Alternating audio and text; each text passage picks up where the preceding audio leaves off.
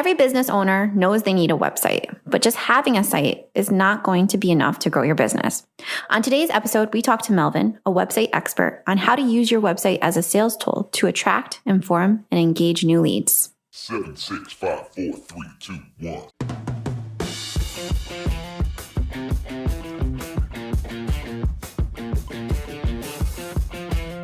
Hi, and welcome to the Marketing Essentials podcast.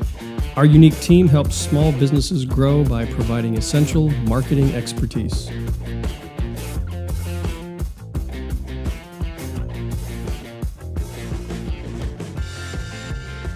Hello and welcome to the Marketing Essentials podcast. My name is Bill with W. Palmentier Photography. I'm Justin of Justin Kerr Design. And I'm Alicia with the Spark Social. And together we make up the Marketing Essentials team. Welcome to the Marketing Essentials podcast. Today we're talking to Melvin Figueroa of Mellow Multimedia Designs.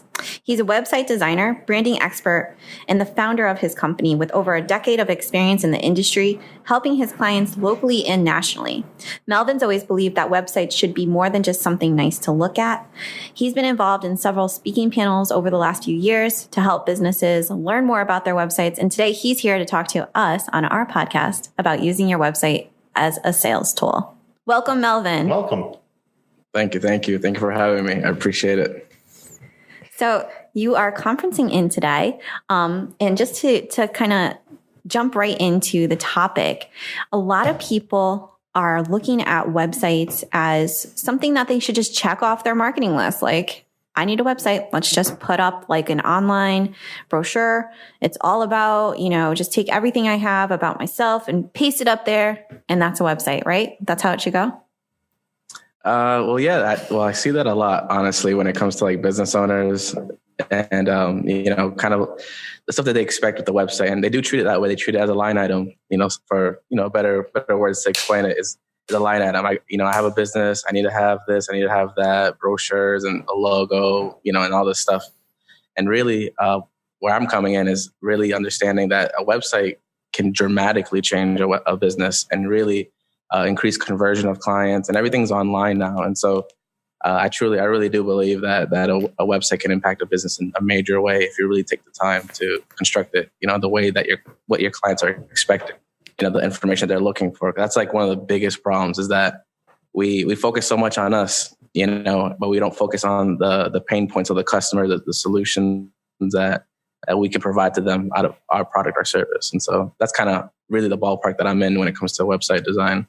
Well, that makes sense, because if you are looking at your website as a sales tool, you wouldn't go out to Home Depot, buy a set of tools, and then just leave them in your basement and never use them. Say, oh, well, I've got a set of tools. I mean, they're there to be put to use to help you fix things around the house. So it's not a one and done.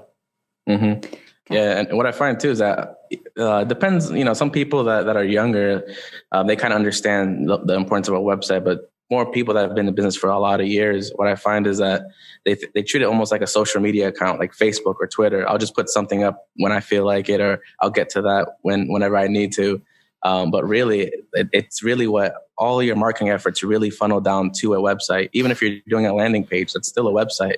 And so really understanding that, and people, 2019, people are going to look up your business and they're going to find your website, whether it's a Facebook ad or a Google ad, they're going to go to your website. The question is, where are they going to find there? That's going to make them call you and actually fill out that contact form or email you, and that's where I feel like a lot of business owners are failing right now. Yeah, I think like an interesting note on that too. You said like people will find you through Facebook or Google, but a lot of business owners still do networking and word of mouth. A lot of times people say word of mouth is the number one way they get business, which is great. Mm-hmm. And that's super powerful. But think about it, in this 2019, 2020, when someone refers someone to you, what's the next step you take? You go look them up online. Sure. Right. Absolutely. To make sure they're legit. Yeah. Yeah. So the next step that I take is I really understand the business, because I can't really make a website that's going to, put more money in your pocket, for a lack of words. But if I don't really understand your business. So a big part of my process is really understanding the business, understanding how are they getting clients currently, what marketing efforts have they tried in the past, what worked, what didn't work, and understanding really the target market. Because when I create websites, the websites isn't really necessarily for the business owner, it's for their customers. And so we really dive deep into the psychology of the customer, how they are going to interact with the website.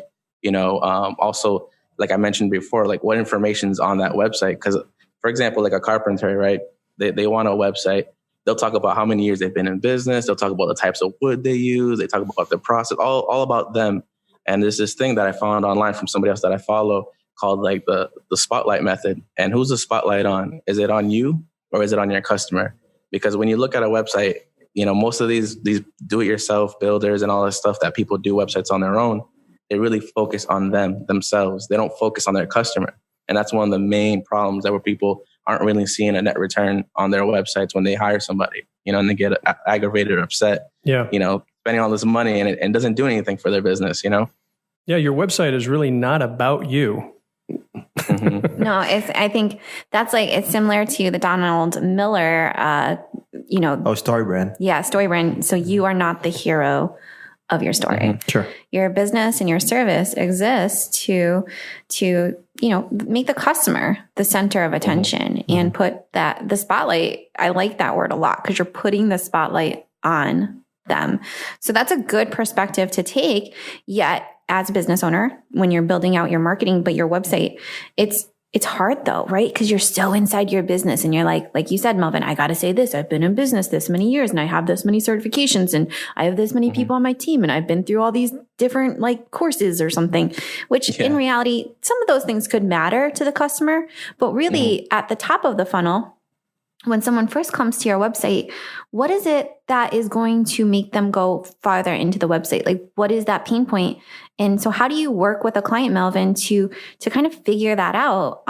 You said, you want them to take the spotlight off them and put it on the customer, but what are some examples of questions you'll ask when you're working with a client on their website?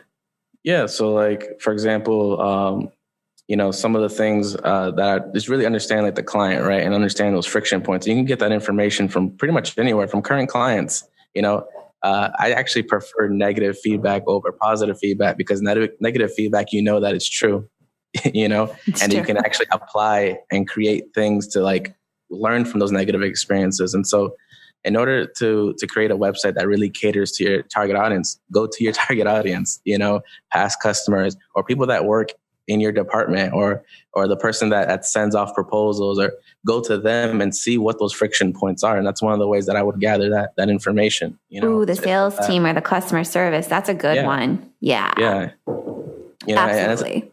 And the thing is too, is that with the website, every business is different. Every single business is different. And so some people, they prefer emails to come in so they can manage their clients. And some want the phone to ring and they want to pick up the phone. And so really understanding what that onboarding process looks like for that business, the website should be an asset to that rather than a liability, not making it harder for the business to gain clients. It should be something that works internally for them and their processes.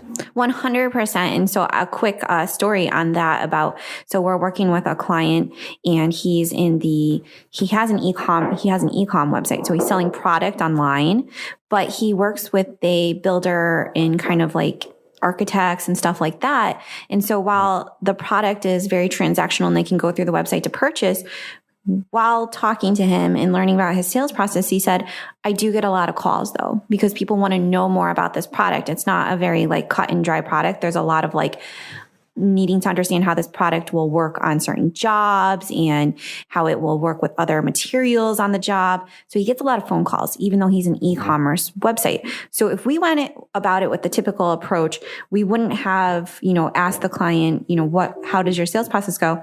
So we ended up putting his phone number literally on every product page, because when we were looking at the site, his phone number was only at the very, very bottom of the site in the footer. So this wasn't aligning with the way that his customer needed to interact with him. So we changed that. Mm-hmm. Yeah, and that's exactly what I'm talking about. Is what did they want? That particular example they used, they wanted their phone. They wanted to utilize the phone more than anything when contacting their customers. And so that's some of the stuff that you really want to dive deep when it comes to finding out what's the best way of executing on the website. Mm-hmm. Absolutely. And so what are some other common mistakes or problems when people do their website themselves? They're not coming at it from this industry perspective. They're not seeing websites every day and thinking about it. So when people DIY, which you can if you're just starting out and you don't have a budget, but what are the other common mistakes and problems you see on websites when people DIY? Yeah, DIY, like you mentioned, is not a bad thing, but if you are going to DIY, I would definitely consult with at least a professional that does websites and get their overall overarching plan for the website and then try to execute it on your own, But one of the most common mistakes that I find on websites are very simple things. They're not hard to fix at all, but they're huge killers of when people visit the website.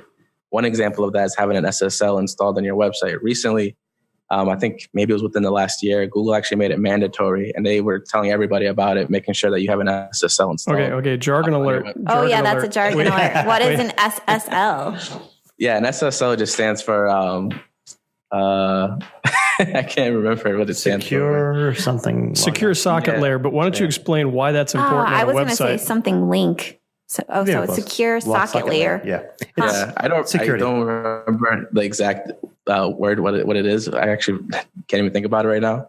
But what it is basically it encrypts the connection between the user and the where the website's hosted. And so if there's any information, like for example, like a contact form or anything like that they fill out, it can't be interrupted. It's protecting that connection. Mm-hmm. And the reason why that's a big deal is not necessarily because you're being protected, which is a good thing, but it's because when people go on your website and you don't have an SSL installed, you get this huge warning sign telling the person, hey, this website is not protected. And doesn't that lower them in the rankings too for Google? Yeah, Google will reward you if you have an SSL installed. Yep, it's definitely a ranking factor. But one of the things, the big reason why you don't want that is because when people go on your website, you're going to see a big warning sign saying your website's unsecure. Mm-hmm. And so to the average Joe, when they see that, they're going to back up and they're not going to go to your website. And that's a potential sale loss just because you didn't have an SSL installed on your website. And SSLs, they cost money depending on what host you're using, but some of them are actually free. Mm-hmm. And people just don't do it. They aren't aware of it. So that's one big killer right there. So Melvin, I have a question. You mentioned a few minutes ago that if someone's going to DIY their site, they should talk with a professional just to get an assessment of their site and try and plug some of those holes that you often find when people DIY. Is that a service that you offer? Yeah, it actually is. Most of the time when I consult people, they end up just being clients because they see so many holes. Mm-hmm. But there's been times where I've literally given them an entire game plan, site structure, what content that their audience, would probably like to see on their website. And they take it and they run with it. And then they create, I even partner with other agencies and do the same thing. And that's a really important thing because the best work is always produced when you're collaborating with your client. When you try to be gung-ho and do everything yourself, you're kind of cutting your results short, honestly, because nobody knows the business like the business owner. And so it's a job for me as a web designer to really take the information from their brain and take the information that's in my brain and create this like beautiful, creation of a website that just generates leads for them, Yeah, no, that makes perfect sense because they are speaking in their jargon and their mindset. And so as the website designer, it's more than just, design, but it's also like working with the client, almost like interviewing them to get the right pieces out of them to understand how is this website from layout to functionality to, content, how is this going to work with your customer? But and then the little things, like you said, it's not little, but the technical things that go along with it, like the secure, what is it? Soccer layer. Secure socket layer. Secure soccer lady. What? Another, Saucy soccer lady. Saucy soccer. Not what SSL stands for. No. But what about load time? That was one you mentioned. And from personal frustration, I bounce, right? If it doesn't load. Yeah, there's so many things, honestly, that can stop a website and its tracks from producing results. And like you mentioned, responsiveness. You said the loading time. Actually, loading time is a huge factor because, sometimes when people design their websites on their own self, what I see is that they're grabbing these huge uncompressed images and they're putting it on their website. And then I realized that image that you just put on your website is like 3 megabytes. And in the internet world, for people that are listening, that is humongous. That's like the smallest guy in the world carrying a huge boulder on his back. That's literally, an analogy for that. But, that can make your website load really slow. And then most people are using their websites or viewing their website. The customers are viewing the websites on mobile. And so when you have a website that's that heavy with all these images on it, it's going to create a horrible experience for the mobile user. And then again, it's going to result in a lost sale or potential sale or even a potential contact, which is really the job of the website designers to make it as easy as possible for the information to be found on the website, but then to make it easy for the customer to contact the business owner because they're interested in their service or product. Yeah, that makes complete sense. And so mobile, that's a big one. And you already started to talk about load time on mobile, but what about having a website and from the mobile perspective, what should a client think about? Yeah, same thing. Like right now, the split when it comes to desktop versus mobile, it's like right now in 2019, it's about 50-50, And so if you're not designing your website with mobile in mind, like again, you're cutting your results in half. And so you want to make sure that images scale, that font sizes aren't too small. You want to make sure that buttons are big enough where people can actually click them with their fingers. You want to make sure that everything is viewable, and you don't want to overload the person on mobile because their behavior on mobile is a lot different than on desktop. Because on mobile, they just want to get to the point. Where's your phone number? What services do you provide? Give me that. That's what I want because I'm on mobile. I just got in a car accident. I want an attorney or something. They're not going to go through all your reviews. I don't care how many years you were in business. Yeah. I need a phone number. Exactly. And so those are the things that you really got to keep in mind. You want to make sure that contact information is like visible in all pages, all footers, the header, the navigation, everything, So with mobile, my question is like, say you can like limit the amount. So say my desktop has like 3 or 4 case studies on the homepage. Like with mobile, I could water that down or something like that. So it doesn't have to be the exact same content. Yeah, you can make certain elements be visible or not visible, like, depending on what device that they're viewing the website on. And so, you can eliminate some of those sections that are not needed because there's a lot of websites where it'll just be responsive. So it'll go ahead and resize to whatever screen that it's being shown on. Mm-hmm. But what happens is that you're scrolling for such a long time on mobile that you have to scroll forever basically to get to where you want to go. And that's a big problem too with mobile. So that's something that I really focus on. Yeah, that's a good point. That's really annoying when you have to keep scrolling and scrolling and scrolling just to get like an address or a phone number. So, I think, we need to think about the mindset of the consumer, whether they're sitting at their desk or if they're on their phone. And I don't think a lot of business owners think about that when they're designing their site. So I have a question. Mm-hmm. Since I'm a big branding guy and Melvin, I know that's something you deal with. What do you talk to your clients about in regards to branding for their website?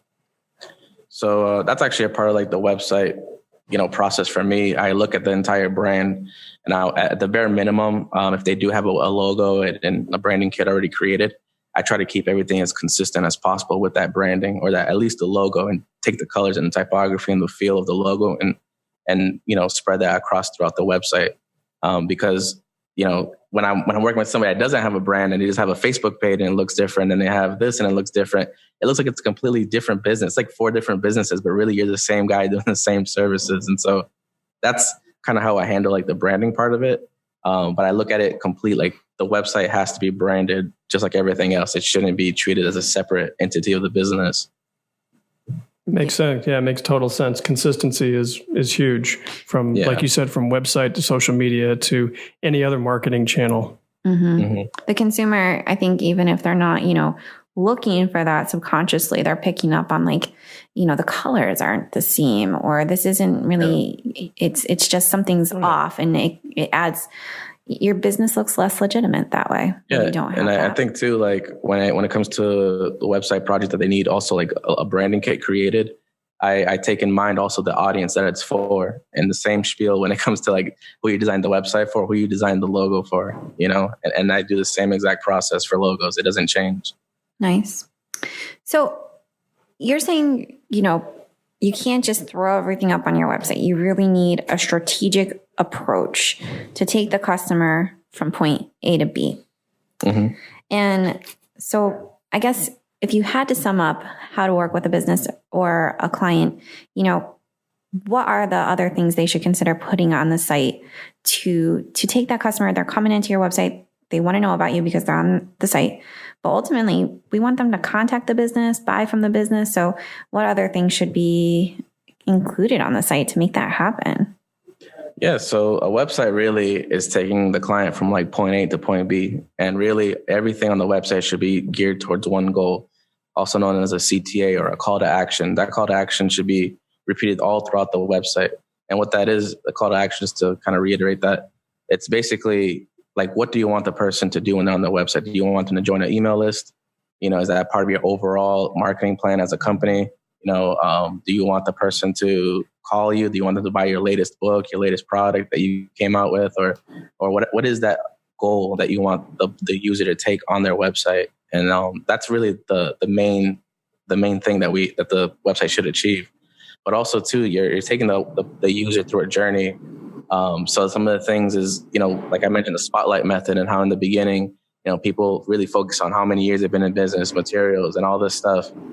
But what's important is also, like, before you even get into that, talk about the pain points, of the customer. Like, what are they experiencing? You know what your product is, and what problem does that solve for the customer?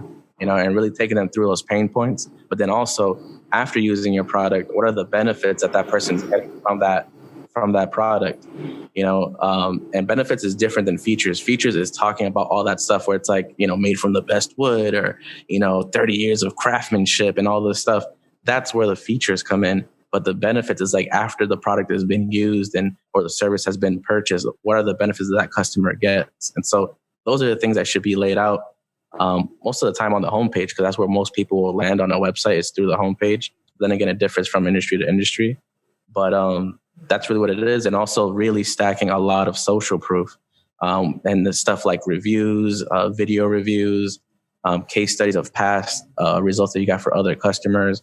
That's like really where you want to beef up your website, is showing the results that you've gotten for other people. And then lastly, at the end, is when you talk about yourself and who you are and what you use and all that stuff. But really, they're not even going to look at that if it doesn't talk to them first and lead them to that. And then also you ended off with get in contact with me, through a contact form or a chat bot or something, and that's really it. That's really like the blueprint that I always use for like every project So I have a question. You mentioned homepage, which is the front door for your website, and a lot of people land there. Do you have a specific strategy for homepages when you work with clients, as far as like what's first, second, third, and how to build that homepage strategically so that you're answering those pain points and you're really getting them to engage? Yeah. So in the beginning, what I would say, this is like a general blueprint here. It may or may not work for every business that's listening. But for the most part, like when a person enters the website, you want to be able to have like a big call to action. That call to action has to be relevant, like right there in front of the person, whatever it is. And then secondly, you want to build a whole lot of social proof so that people aren't really questioning your authority as much. And so these are things like certifications, acknowledgements, where you've been featured on. A lot of websites will have that, as featured in, and then it's like CNN and Fox and this and that. That's a reason why people do that a lot on websites, is because they don't want you to really question their authority for the most part. They want to say like, hey, we've been doing this for a long time. Look at all the awards we won, right? So that's like right when you get into the second part. Then the third part would be the pain points. Really drive deep those pain points of what it is, why, what does your product solve, and then from there getting into after the pain points, I'd put more reviews, more social proof, even link case studies of past results that you've gotten, and then after that, I would put the benefits of that product or that service, and then after that, I would put more reviews. Just keep stacking the reviews. You can never go wrong with reviews, and then after that, I would put. I would put, just more reviews. And then after that, I would put the actual description of the business and the people that, that work there, the CEO, the founder, whoever it is, and then a contact form. So all your contact information should be at the bottom. It's kind of it's been standardized pretty much. People know what to expect when they come to websites.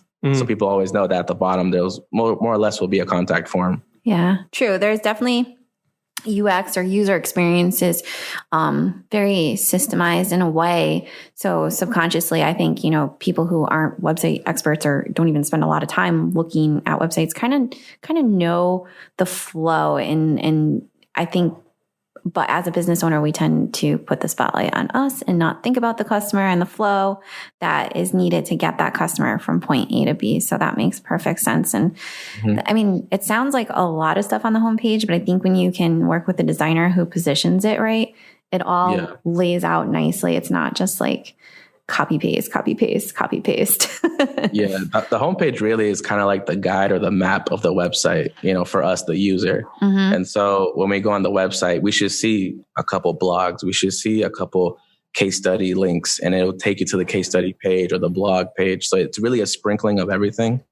But really, the homepage, for me personally, I've always created it as a funnel. Even if it was just a landing page, like that's the homepage. And then the other pages are more to get into the boxes or categories of those things on the homepage. Yeah, Alicia's all about the funnels.